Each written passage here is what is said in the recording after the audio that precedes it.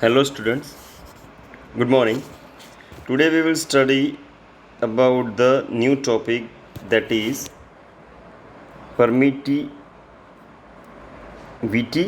and relative permittivity. Now first of all we will study about the permittivity and then after we will study about the relative permittivity. Now as the name suggests, the permittivity means permission. Okay, now which type of permission? It means which type of permission that we will study here. Now suppose there are two charges q1 and q2. They are placed apart by distance r. Then force between these two charges according to Coulomb's law is F is equal to k q1 q2 divided by r square. यहाँ तक हमने study कर लिया है आगे के lectures में. Now here we know that k is the constant which is depends on the medium. हमने पहले ऑलरेडी स्टडी कर लिया है कि जो k है यहाँ पे वो किस पर डिपेंड करता है, मीडियम पर डिपेंड करता है. और k की वैल्यू जो है वो k की वैल्यू कितनी है, 1/4 पाई एप्साइलॉन. यहाँ पे जो ये सिंबल है वो ई नहीं है, वो एप्साइलॉन है. इसका मतलब क्या है, एप्साइलॉन. क्लियर? तो एप्साइलॉन जो है वो है परमिटिविटी. एप्साइलॉन किसका सिंबल है, परमिटिविटी का. एप्साइलॉन जो सिंबल है वो किसका सिंबल है, परमिटिविटी का. क्लियर? तो ये जो k है वो डिपेंड करता है मीडियम पर. ये हमने आगे स्टडी किया था कि k depends upon medium. Okay, और ये मीडियम पर क्यों डिपेंड करता है, तो उसकी परमिटिविटी की वजह से. क्योंकि अलग अलग मीडियम की परमिटिविटी अलग अलग होती है. जैसे कि एयर मीडियम है तो एयर मीडियम की परमिटिविटी अलग, वाटर मीडियम है तो वाटर की अलग, ऑयल है तो ऑयल की अलग है, ग्लास है तो ग्लास की अलग है, माइका है तो माइका की अलग है, अल्कोहल है तो अल्कोहल की अलग है.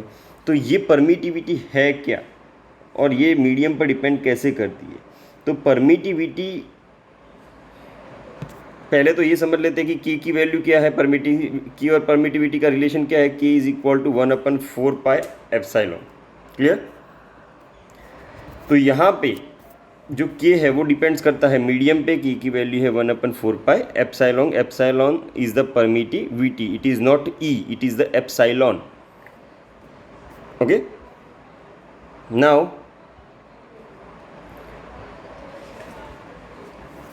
as the relationship, according to relationship k and epsilon permittivity are inversely proportional. Clear?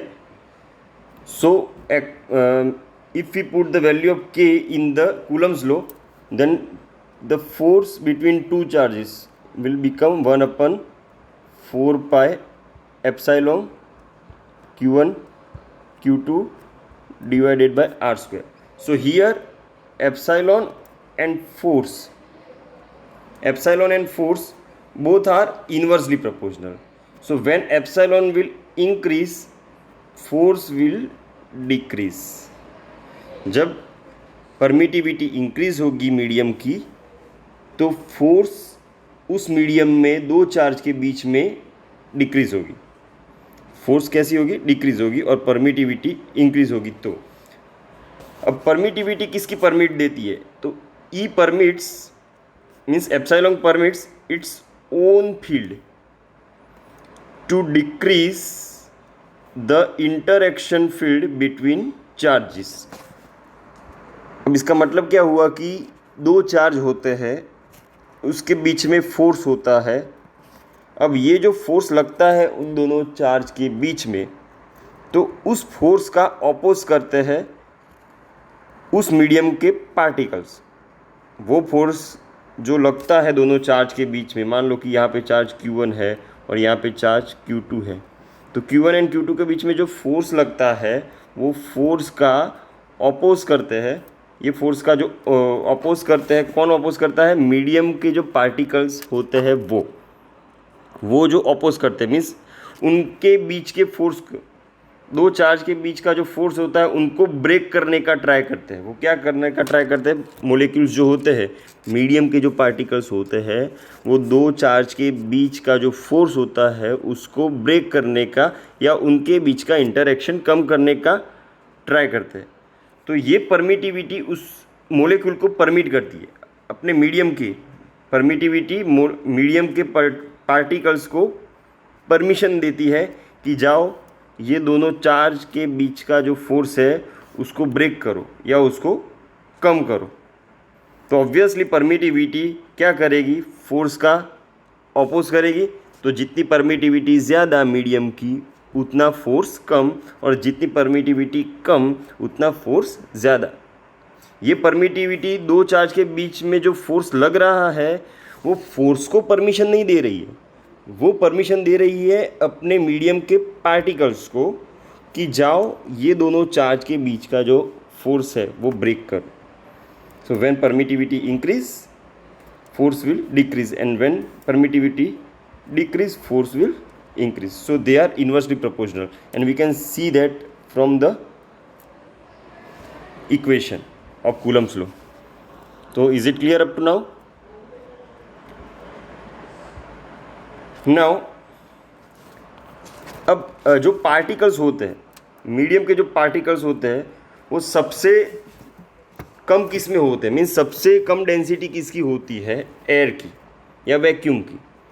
तो epsilon is minimum for vacuum और फ्री स्पेस और एयर।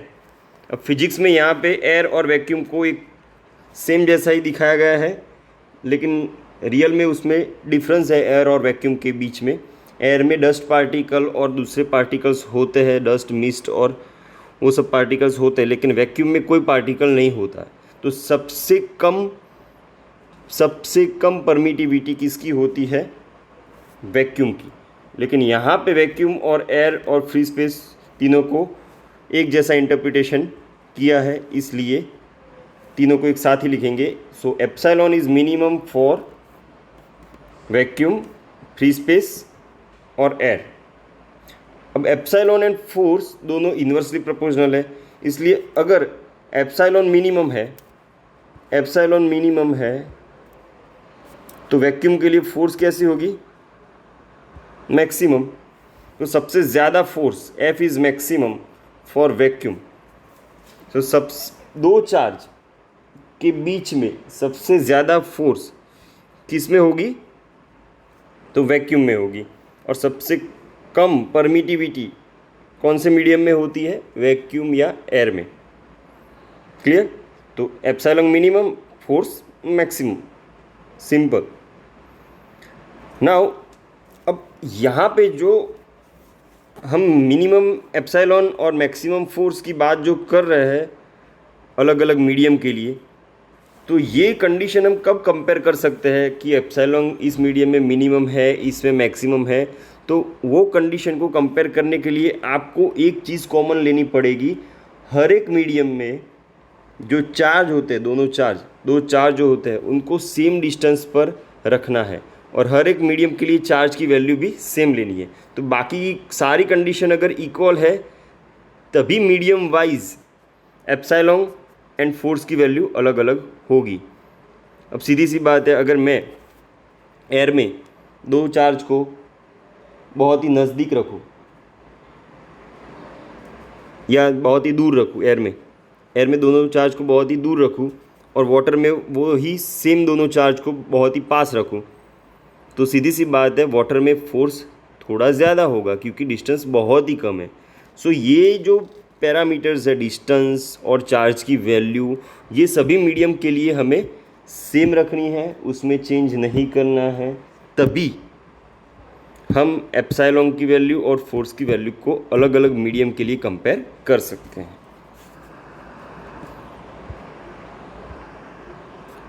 तो ये था first topic. Now second,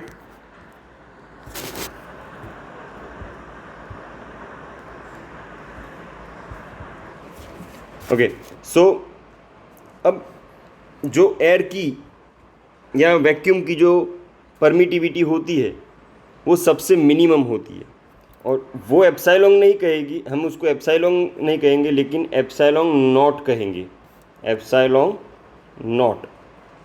so epsilon naught is the permittivity of free space और vacuum और air. और vacuum और एयर में जो दोनों चार्ज के बीच में जो फोर्स लगता है उसको एफ नहीं कहेंगे, उसको क्या कहेंगे, F naught. So F not is the force between two charges in vacuum और फ्री स्पेस और एयर। तो समझ में आ गया, epsilon naught is the permittivity of free space, vacuum और air, and F zero is the force between two charges in vacuum और free space और एयर। तो सिर्फ एयर में जो चार्ज जो होते हैं, जो अगर वो एयर मीडियम में है, अगर वो एयर मीडियम में या वैक्यूम मीडियम में है, तो उनके बीच की जो परमिटिविटी है उस मीडियम की, एयर की जो परमिटिविटी है उसको एप्सिलॉन नहीं कहेंगे, उसको कहेंगे हम एप्सिलॉन नॉट, और उसके फोर्स को कहेंगे हम एफ ज़ीरो। अब एप्सिलॉन नॉट की वैल्यू कितनी होती है, 8.85 इंटू 10⁻⁻12 कूलम स्क्वायर पर न्यूटन इंटू मीटर स्क्वायर। तो ये एयर या वैक्यूम की परमिटिविटी की वैल्यू है, और ये सबसे मिनिमम होती है। वो हमने आगे स्टडी किया कि सबसे कम परमिटिविटी किसकी होती है, एप्सिलॉन की वैल्यू सबसे कम किस में होती है, एयर में या वैक्यूम में। तो अब उसके कंपेयर में, एयर के कंपेयर में चाहे कोई भी मीडियम हो, चाहे वाटर हो, ग्लास हो या दूसरा कोई भी मीडियम हो, तो उसकी जो परमिटिविटी है उसको हम नाम दे देंगे एप्सिलॉन एम। तो वो ऑलवेज ग्रेटर देन होगी एप्सिलॉन नॉट से, because epsilon not is the minimum value. ये जो है यहाँ पे जो वैल्यू दिखाई गई है वो सबसे मिनिमम है, और उससे कोई भी मीडियम की परमिटिविटी ज़्यादा ही होती है। और परमिटिविटी एंड फोर्स के बीच में रिलेशन इनवर्स है, अगर ये कम होती है तो ये फोर्स बढ़ता है। तो सिमिलरली अगर मीडियम की परमिटिविटी सबसे ज़्यादा होती है तो मीडियम, कोई भी मीडियम की फोर्स एयर मीडियम या वैक्यूम से कम ही होगी। यहाँ पे इन दोनों के बीच में जो रिलेशन है वो ऑपोजिट होगा। अगर किसी भी मीडियम की परमिटिविटी एयर की परमिटिविटी से ज़्यादा हो सकती है तो फिर किसी भी मीडियम में दो चार्ज के बीच में जो इंटरएक्टिव फोर्स है कूलम्स लॉ के अकॉर्डिंगली, वो एयर मीडियम में जो फोर्स है उसके कंपेयर में कम होगा। सो किसी भी मीडियम की परमिटिविटी एयर की परमिटिविटी से ज़्यादा, किसी भी मीडियम में फोर्स जो है वो एयर मीडियम में जो फोर्स होता है उससे कम होता है। तो ये रिलेशन क्लियर हो गया। अब यहाँ पे एक और चीज़ है कि हम अलग अलग कितने मीडियम की परमिटिविटी याद रखें। हमें तो सिर्फ यही याद रखनी है, कौन सी वाली, ये epsilon not 8.85 into 10⁻12 coulomb square पर न्यूटन इंटू मीटर स्क्वायर। तो हम अलग अलग मीडियम की परमिटिविटी याद नहीं रखना चाहते, और याद रखने की ज़रूरत भी नहीं है। तो हम ये कैलकुलेट करने के लिए हम एक दूसरी मेथड यूज़ कर सकते हैं कि हमें रिलेटिव परमिटिविटी का कंसेप्ट समझना होगा उसके लिए। तो रिलेटिव परमिटिविटी का सिंबल है एप्सिलॉन आर। अब एप्सिलॉन आर जो है वो है रिलेटिव परमिटिविटी। वो क्या दिखाएगी, वो क्या इंडिकेट करेगी, तो वो इंडिकेट करेगी कि किसी भी मीडियम की जो परमिटिविटी है वो एयर की परमिटिविटी से कितने गुना ज़्यादा है, या कितने गुना मीन्स कितने गुना ज़्यादा है वो ही इंडिकेट करेगी। Epsilon will indicate by how much factor the medium permittivity is greater than the permittivity of air। Relative permittivity क्या इंडिकेट करेगी, रिलेटिव परमिटिविटी इंडिकेट करेगी कि किसी भी मीडियम की, चाहे वाटर हो, ग्लास हो या ऑयल हो, कोई भी मीडियम की जो परमिटिविटी है, कोई भी मीडियम की जो परमिटिविटी है उसको हम क्या कहेंगे, एप्सिलॉन एम। वो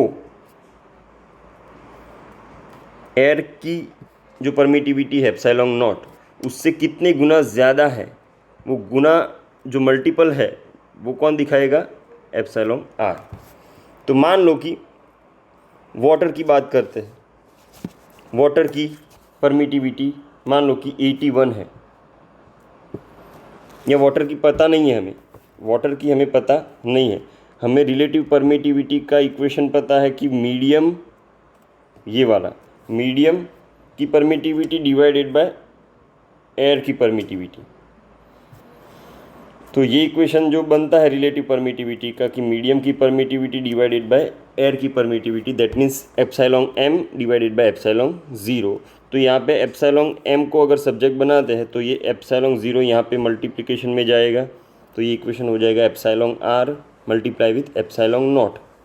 तो यहाँ पे ये जो मीडियम की परमिटिविटी, ये एयर की परमिटिविटी और ये जो रिलेटिव परमिटिविटी है वो क्या दिखाएगी कि किसी भी मीडियम की परमिटिविटी जो है वो एयर की परमिटिविटी से कितने गुना ज़्यादा है, मल्टीपल दिखाएगी, दैट्स इट।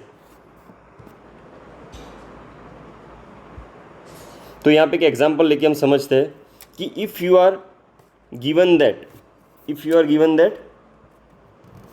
एप्सिलॉन आर, आपको सिर्फ इतना बोला है क्वेश्चन में, रिलेटिव परमिटिविटी दी है कि epsilon R of water is 81, उसका मतलब क्या है, रिलेटिव परमिटिविटी, वाटर की रिलेटिव परमिटिविटी 81 है, उसका मतलब क्या हुआ कि उसका मतलब ये नहीं हुआ कि उस वाटर की खुद की परमिटिविटी 81 है, नहीं, वो मतलब नहीं हुआ। Relative permittivity of water is 81, उसका मतलब ये है कि वाटर की जो परमिटिविटी है एप्सिलॉन एम, वो एयर की जो परमिटिविटी है उससे कितने गुना ज़्यादा है, 81 गुना ज़्यादा है। सो ये 81 is the multiple of the permittivity of air. So if you are asked that the epsilon R of water is 81 means क्या होता है, मीन्स ये है आपकी रिलेटिव परमिटिविटी, और रिलेटिव परमिटिविटी का इक्वेशन क्या है, epsilon M divided by epsilon zero is equal to epsilon R, और एप्सिलॉन आर कितनी है यहाँ पे 81।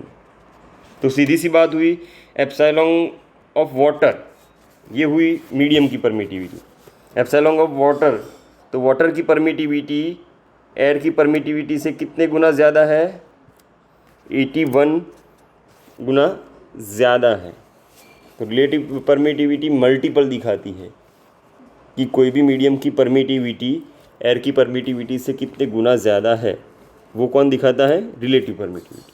तो रिलेटिव परमिटिविटी से हम, आपको एप्सिलॉन ज़ीरो की वैल्यू तो एग्जाम्पल में पता ही होती है, कांस्टेंट है वो 8.85 इंटू 10⁻12 कूलम स्क्वायर पर न्यूटन इंटू मीटर स्क्वायर, वो आपको पता है। ओके, अब आपको किसी भी मीडियम की रिलेटिव परमिटिविटी अगर दी है तो आप उस मीडियम की परमिटिविटी फाइंड आउट कर सकते हो, सीधी सी बात है। ओके, तो सिर्फ आपको दो चीज़ें चाहिए, अगर किसी भी मीडियम की परमिटिविटी फाइंड आउट करनी है तो आपको रिलेटिव परमिटिविटी चाहिए एंड एयर की परमिटिविटी तो आपको पता होती ही है। तो अगर आपको एक चीज़ दे दी, relative permittivity of the medium, then you can find out the permittivity of that medium. और फोर्स के अकॉर्डिंगली ये रिलेशन होता है कि force of any medium is equal to the force of air medium divided by relative permittivity. सीधी सी बात है, अगर मीडियम की परमिटिविटी और एयर की परमिटिविटी का रिलेशन हमें फाइंड आउट करना है तो उस मीडियम की परमिटिविटी और एयर की परमिटिविटी का रिलेशन हमें फाइंड आउट करना है तो उसमें मल्टीप्लाई करते हैं रिलेटिव परमिटिविटी को। तो यहाँ पे परमिटिविटी एंड फोर्स तो ऑपोजिट रिलेशनशिप में है, तो यहाँ पे जैसे एप्सिलॉन आर से मल्टीप्लाई करते हैं वैसे यहाँ पे एप्सिलॉन आर से डिवाइड करना पड़ेगा। तो फोर्स के इक्वेशन में epsilon R relative permittivity division में आएगी, और जो परमिटिविटी का इक्वेशन है उसमें रिलेटिव परमिटिविटी क्या कहाँ पे आएगी, मल्टीपल में आएगी। सिंपल सी बात है। अब ये जो इक्वेशन है ये वाला, उसका हम प्रूफ देते हैं कि कैसे F M means force of medium is equal to force of air divided by epsilon R कैसे होता है उसका हम प्रूफ देते हैं।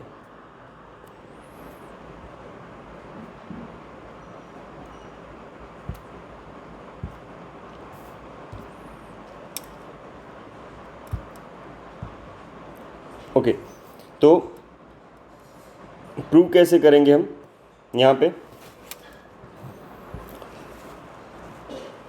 तो we know that the force between two charges in air medium that is F not is equal to 1/4 pi epsilon 0 into Q1 Q2 divided by R square. और medium का अगर फोर्स लिखना हो तो क्या लिखेंगे? 1/4 पाई, यहाँ पे मीडियम की परमिटिविटी आएगी epsilon m into Q1 Q2 by R square. अब यहाँ पे रेशियो लेना है F0 एंड Fm का। तो F0 जो है और Fm है, तो F0 कितना है? तो यहाँ पे इन दोनों का रेशियो अगर लेंगे 1/4 pi epsilon 0 1/4 pi epsilon not, तो 1/4 pi epsilon 0 divided by 1/4 pi epsilon m।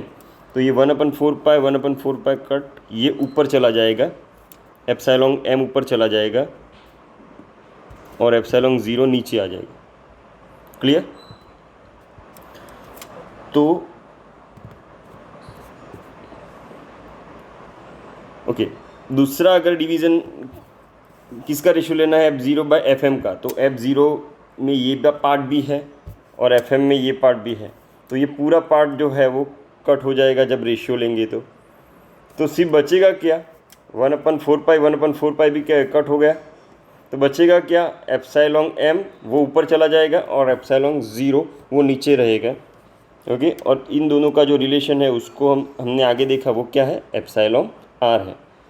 तो यहाँ पे क्या रिलेशन आया? यहाँ पे रिलेशन कौन सा आया? F0 by Fm is equal to epsilon r आया।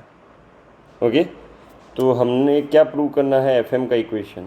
तो Fm का इक्वेशन यहाँ पे, तो यहाँ पे Fm को सब्जेक्ट बनाओ तो वो यहाँ पे जाएगा और रिलेटिव परमिटिविटी नीचे डिनोमिनेटर में आ जाएगी।